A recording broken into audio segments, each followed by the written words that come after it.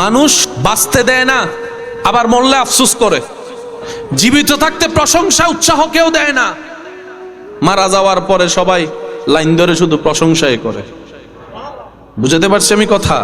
সেজন্য দুনিয়াতে যতদিন বাঁচবেন মাথায় রাখবেন, আপনি ছাড়া আপন আর কেউ নেই দুনিয়াতে।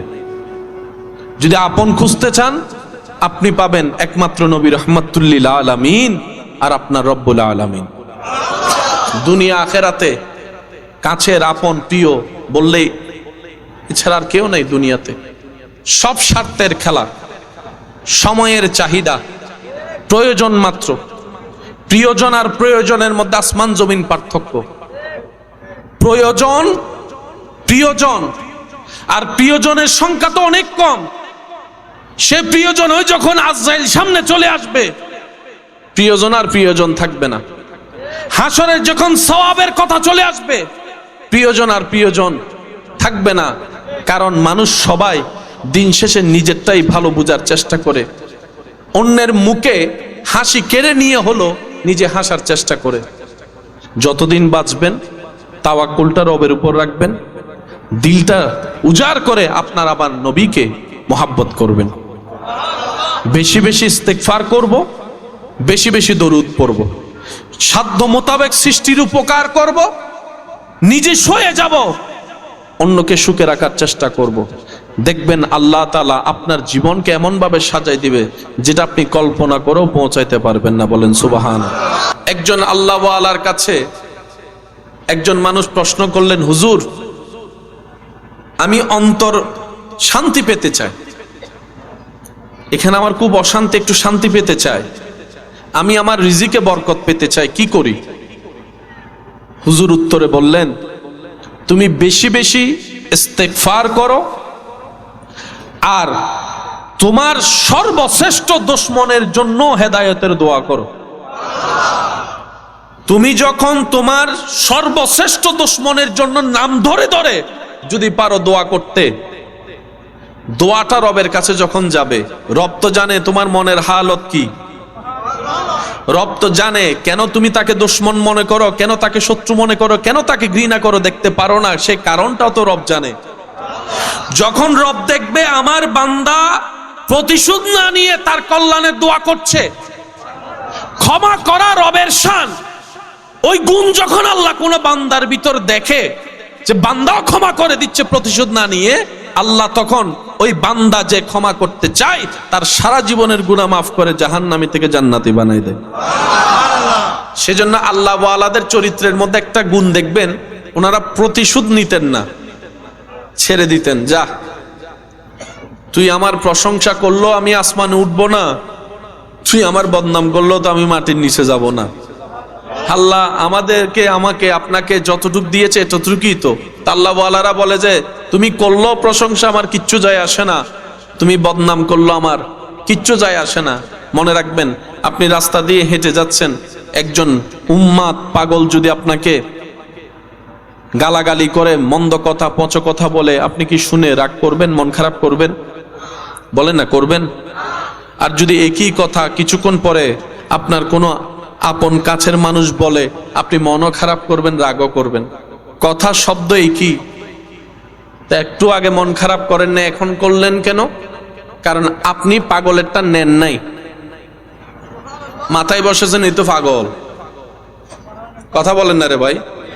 শব্দের কারণে মন খারাপ হয় নাই, মন খারাপ হয়েছে আপনার নেওয়া না নেওয়ার উপরে। পাগলেরটা নেন নাই, ওই কাছের মানুষেরটা নিয়ে নিয়েছেন। তো কেউ কষ্ট দিবে, আপনিও নিচ্ছেন, দরকার কি? সেজন্য কারো দেওয়া কষ্ট আপন করে নিতে নেই, যেভাবে এসেছে বাতাসের সাথে উড়াই দিবেন। কারণ দুনিয়াতে তো আপনাকে বাঁচতে হবে, নিঃশ্বাস তো নিতে হবে। রিজিকের মালিক কে? আজীবন কথাটা মাথায় রাখবেন, আপনার কল্যাণের সমস্ত রিজিকের দায়িত্ব আপনার আল্লাহ নিয়েছেন। আপনার আল্লাহ, এটার কাউকে দেয় নাই আল্লাহ। বাপ, চাচা, জেঠা, কাকা, মামা, চাচা, ভাই, বোন, বন্ধু, কাউকে দেয় নাই। আল্লাহ তাআলা বলে সূরা হুদে, প্রাণী জগতের সমস্ত প্রাণী রিজিকের দায়িত্ব আমি আল্লাহ। সুবহানাল্লাহ আরো জোরে। তো রিজিকের দায়িত্ব যেহেতু আল্লাহর, তার মানে আপনার টেনশন 100%ই শেষ। যদি আমরা বুঝতে পারি কথাটা, সত্যিকার মন থেকে যদি সে বিশ্বাস নিয়ে কথাটা উপলব্ধি করতে পারি, আওয়াজ দিয়ে বলুন, আমাদের রিজিকের দায়িত্ব কার? আর একটু জোরে বলেন, কার? রব বলে যে দায়িত্ব আমার, টেনশন তোদের নাই। তো আল্লাহ আমাদের কাজ কি? রব বলে যে সততার সাথে পরিশ্রম করো, বিনয়ী মন নিয়ে দোয়া করো। কয়টা কাজ? একটু জোরে বলেন, কয়টা? সততার সাথে সর্বোচ্চ পরিশ্রম চেষ্টা করো, বিনয়ীর সাথে প্রেম নিয়ে আমি রবের উপর বিশ্বাস করে দোয়াটা করো। এই দুইটা জিনিস যে করতে পারবে, ফিদ দুনিয়া হাসনাতাও ওয়া ফিল আখিরাতি হাসানা, রব্বুল আলামিন দুনিয়া আখিরাতের নিয়ামতের বরকত তার জন্য বরাদ্দ করে দিবেন। অনেক সময় আপনারা আমরা শুনি এবং বলি, চেষ্টা না করলে কি আল্লাহ দিবে? বলেন না। আল্লাহ দিতে পারে, এটা আল্লাহর এখতিয়ার। বলেন না। আচ্ছা, খাবার জন্য পরিশ্রম করতে হবে না? ঘরে তো অনেক অসুস্থ মানুষ আছে, হাঁটতে পারে না, কিন্তু টাইমে টাইমে তো খাবার পেয়ে যাচ্ছে। সুবহানাল্লাহ বলবেন। ঘরে অনেক মুরব্বিয়ারা অসুস্থ আছে না, হাঁটতে পারে না, বসতে পারে না, ওয়াশরুম করাইতে হয় নিয়ে ধরে গিয়ে।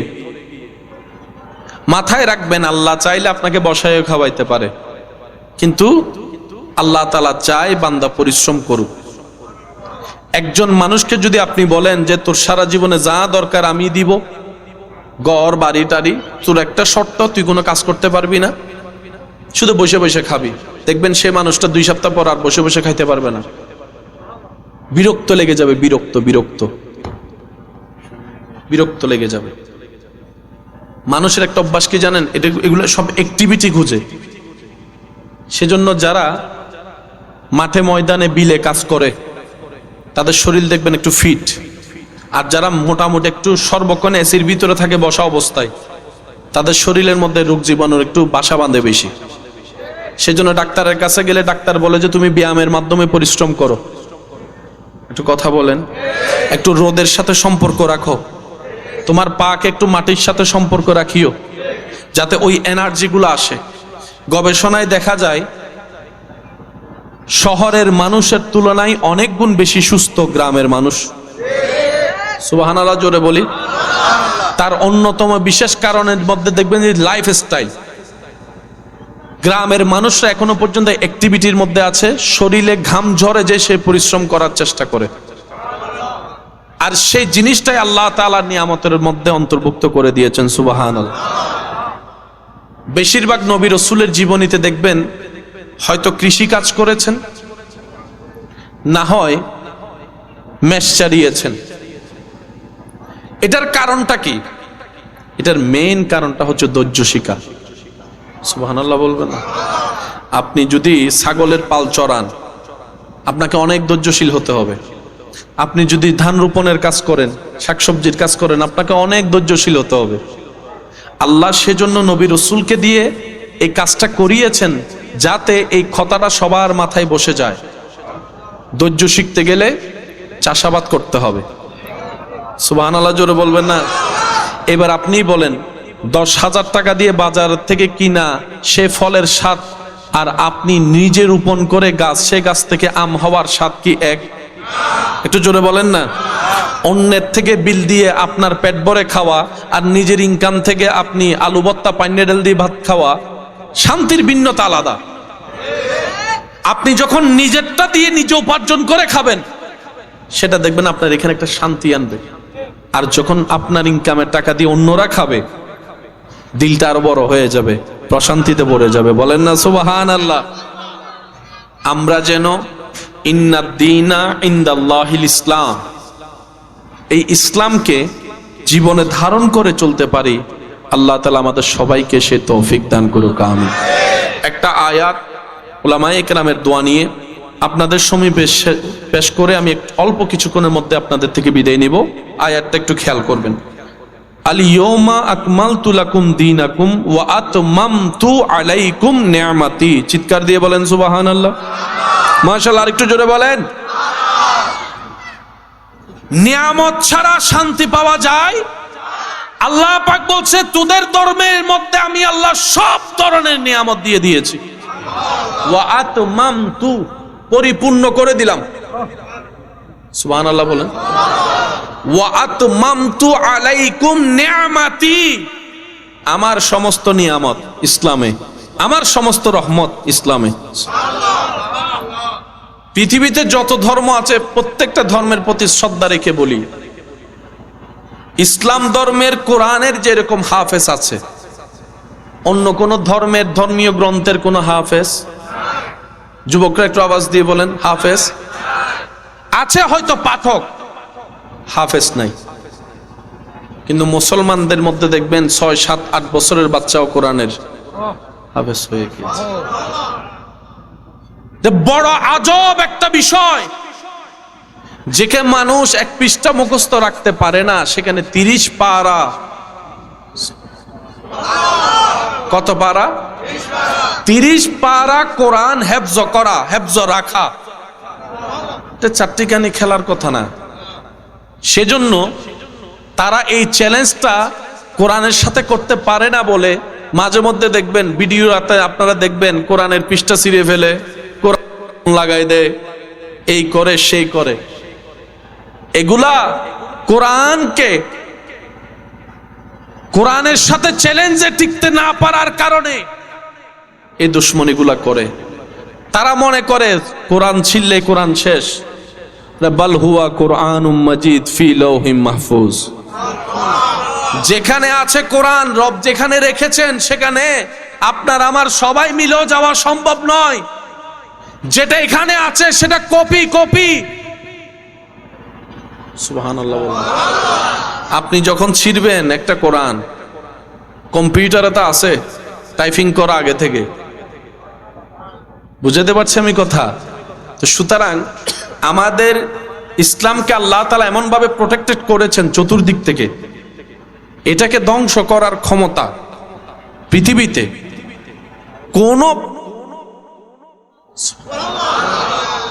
এর চাইতে বড় নিয়ামত আর কিচ্ছু হতে পারে না। এক পেয়েছি শ্রেষ্ঠ ধর্ম ইসলাম, অন্যদিকে পেয়েছি আল্লাহর হাবিব নবী রাহমাতুল লিল আলামিন। আমাদেরকে কোনোভাবে ফেল করানোর কোনো কিছুই আল্লাহ রাখে নাই। যেখানেই যাবেন আপনি কথা বলে জিতে যেতে পারবেন।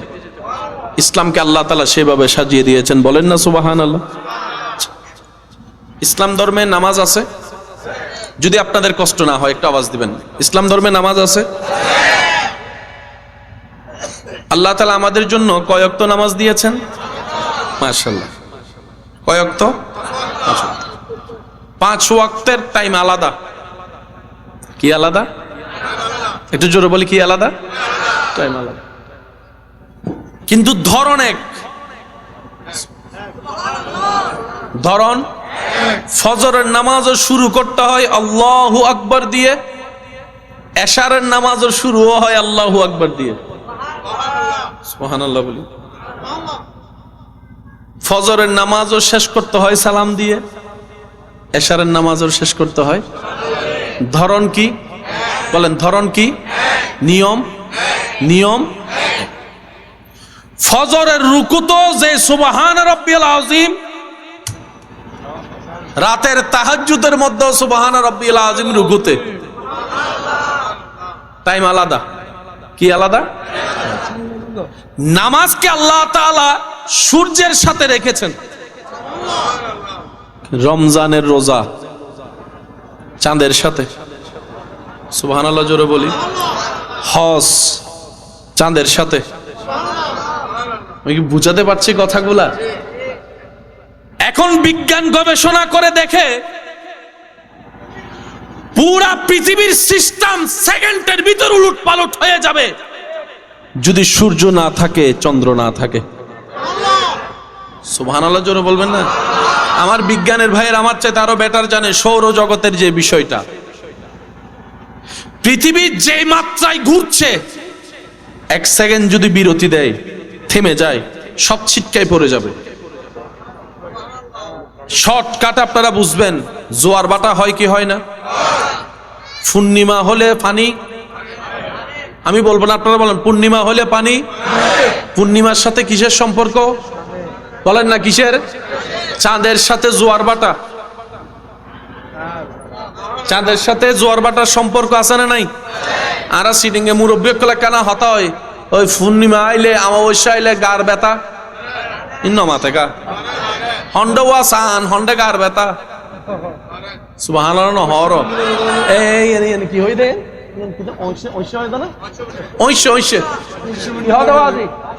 আরো জোর হ না, কিল্ল সম্পর্ক সূর্য না চাঁদল সান হন্ডে আর দাদি ঠ্যাং হন্ডে কিরে ওয়া যুবক হ না, আর দাদি হদ্দটা ঠ্যাঙ্গর ব্যথা,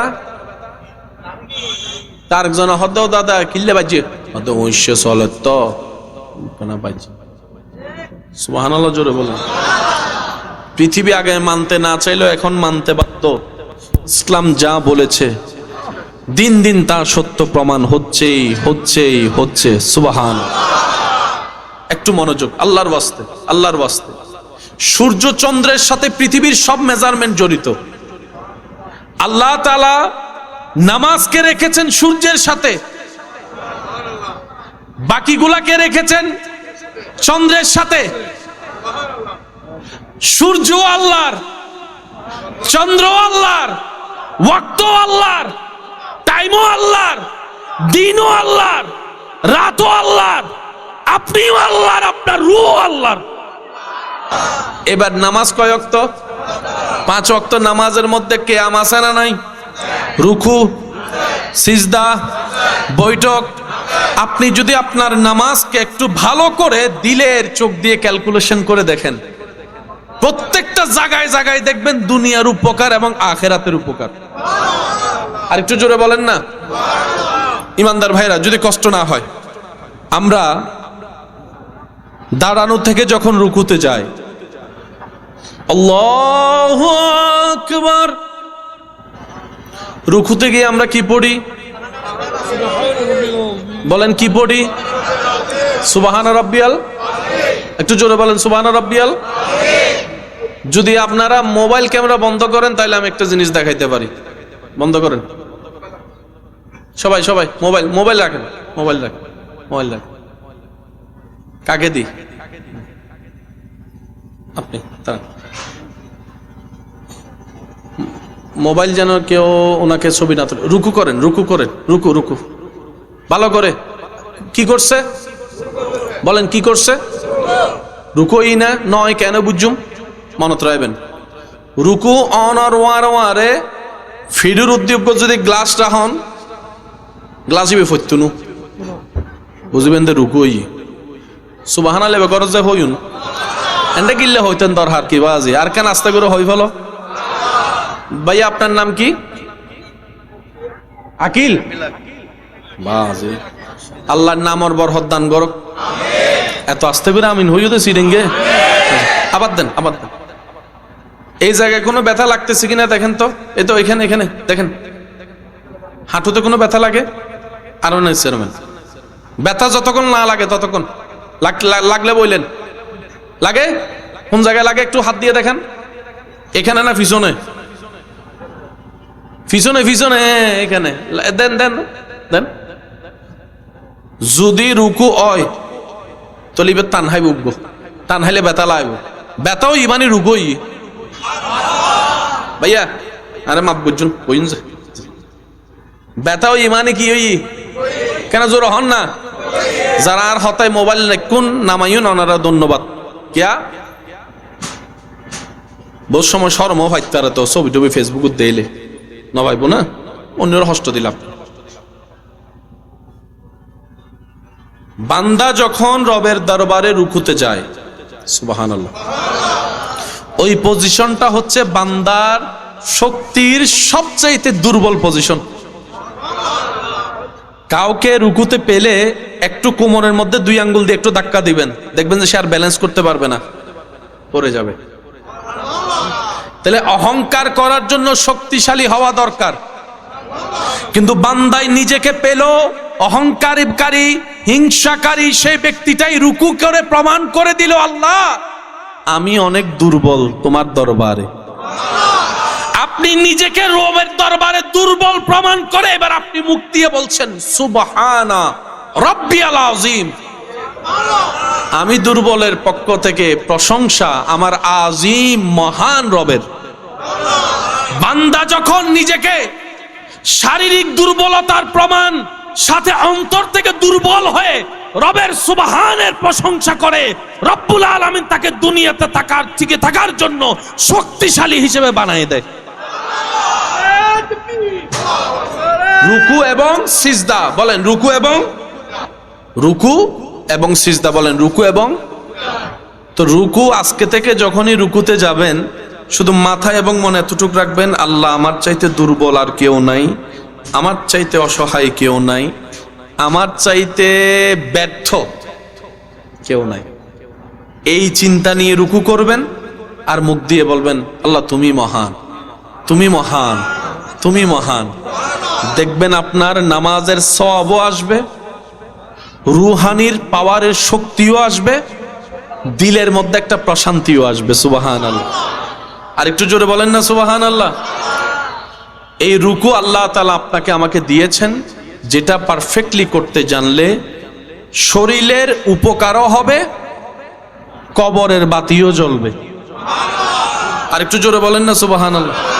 আচ্ছা, রুকু যখন আমরা করি তখন কি কোমর সোজা রাখি নাকি ভেঙে দিই? আপনার আমাদের সমাজে দেখবেন কেউ কাউকে বলার জন্য থ্রেট দেয় যে তোর কোমর ভেঙে দিব। কোমর ভেঙে দেওয়া মানে শক্তি নাই। মানুষ কেউ কারো যদি বলে যে কোমর ভেঙে দিব, সে উল্টা বলে যে ভাঙতো আইসো না, তোর গান আগে ভাঙগুম। সে মানুষ রবের দরবারে নিজের ইচ্ছায় কোমর ভেঙে দিচ্ছে। আল্লাহ এটা পছন্দ করে। আল্লাহ চাই আমি তোরে ডাকবো না, তুই নিজে থেকে আয়। আমি তোরে বলবো না অহংকার করিস না, তুই নিজে থেকে আমার কাছে অহংকার নত করে মাথা নত করে দিবি। সেজন্য যার আমলে যত আদব, যত বিনয়ী, যত নম্রতা, যত মহাব্বত, বুঝবেন ওই ইবাদত তত বেশি পাওয়ারফুল হওয়া শুরু করছে, আপনার ভিতর নূর আসা শুরু করছে। কখন বুঝবেন আপনার ইবাদত কবুল হচ্ছে কিনা? যখন দেখবেন আপনার ইবাদতের প্রতি দিল টানা শুরু হয়েছে। সুবহানাল্লাহ। ইবাদত করতে না পারলে, নামাজ আদায় করতে না পারলে অস্থিরতা শুরু হয়েছে। আপনার দিল রাতের ঘুম নষ্ট করে তাহাজ্জুদ পড়ার জন্য লোভ অনুভব করছে। 10 জনের সাথে আর আগের মতো বসে আড্ডা দিতে ইচ্ছে করবে না, কোথাও বদনাম করতে তো ইচ্ছে করবে না, শুনতে ইচ্ছে করবে না। যখন আপনি দেখবেন আপনার কলহল থেকে নিজেকে কেমন যেন একটু একা একা করে ফেলতে ইচ্ছে করতেছে, বুঝবেন আল্লাহর রহমত আপনাকে ডাকা শুরু করছে। আয় বান্দা আয়, আমার রহমতের ভিতরে আয়, আমার রহমতের চাদরের ভিতরে আয়। যখন আপনার ভিতর আল্লাহর রহমতের ছায়া আসা শুরু করবে, তখন আপনার এই চোখ যেদিকে সেদিকে তাকাইতে ইচ্ছে করবে না। দেখলেও ভুল করে অটোমেটিক আপনার অজান্তে চোখটা নিচু হয়ে যাবে, আপনি বুঝতেও পারবেন না। আপনার এই জবান দিয়ে কাউকে পচা মন্দ কথা বলা তো দূরের কথা, কাউকে একটা কথা বলার আগে আপনার এই ঠোঁট 10 বার ভাববে তার অন্তরে আঘাত লাগবে না তো, সে অপমান হবে না তো, সে কষ্ট পাবে না তো। এই জবান আপনার অটোমেটিক কন্ট্রোল হয়ে যাবে। আর যদি ভুল করে বলা হয়েও যায়, আপনার দিলের মধ্যে একটা তুফান শুরু হয়ে যাবে। ওই মানুষের কষ্ট চাইতে 3 গুণ কষ্ট আপনার এখানে অনুভব হওয়া শুরু করবে। যখনই দেখবেন এরকম কিছু নিদর্শন আপনার ভিতরে আসা শুরু হয়েছে, আপনি চোখ বন্ধ করে রবের দরবারে সিজদায় চলে যাবেন। আল্লাহ ওয়া ইবাদুর রহমান আয়াতের নিয়ামত তুমি আমাকে দেওয়া শুরু করেছো, এবার আমি যেন সেটা আরো বাড়াতে পারি এবং ধরে রাখতে পারি, সে দয়াটুকু তুমি আমাকে করিও। সুবহানাল্লাহ। আল্লাহ তাআলা আমাদের সবার হাজিরি কবুল করুক। আর একটু জোরে বলেন আমিন। আজকের মাহফিলকে আল্লাহ কবুল করুক। যারা এসেছেন দূর দূরান্ত থেকে, আল্লাহ তাআলা সকলের হাজিরি কবুল করুক। আমার শেষ একটা আবদার করব, রাখতে পারবেন তো ইনশাআল্লাহ? যারা নিজের ভিতর এবং বাহিরে আলো দেখতে চান তাদের উদ্দেশ্যে বেশি বেশি ইস্তেগফার করবেন। হাঁটতে বসতে যখন পারেন, যেভাবে পারেন, কি ইস্তেগফার বলেন তো, কি ইস্তেগফার? অন্তত এতটুকু আস্তাগফিরুল্লাহ। কোন গ গ আস্তাগ কেন হন আস্তাগ আস্তাগ গ আর আরা বজ্র আস্তাক ক অবাজি ক মানি শেষ নাকি বুঝতে পারছি না মা ফনতুন গুণ আরো বেশি হয়ে যাব ক না গ ও সিডিং কল মাতো না ক না গ সেখানে হনসে ক না গ সে গ দিয়ে উচ্চারণ করে হনসাই আস্তাগ মাশাআল্লাহ হন আস্তাগ আস্তাগ আস্তাগফিরুল্লাহ মনে তাইব না বাজু ইনশাআল্লাহ। আচ্ছা দ্বিতীয় নম্বর বেশি বেশি দরুদ কি নবীর উদ্দি দরুদ ও বাজিবি এনক পাওয়ারফুল ইবাদত এ মানে সেকেন্ডের ভিতর বেগিন ফাল্লাই ফেলবে তখন হইতে পারতেন না যদি একবার দরুদ কবুল হয়ে যাবি আল্লাহ আর আমল করিবার তৌফিক দাও।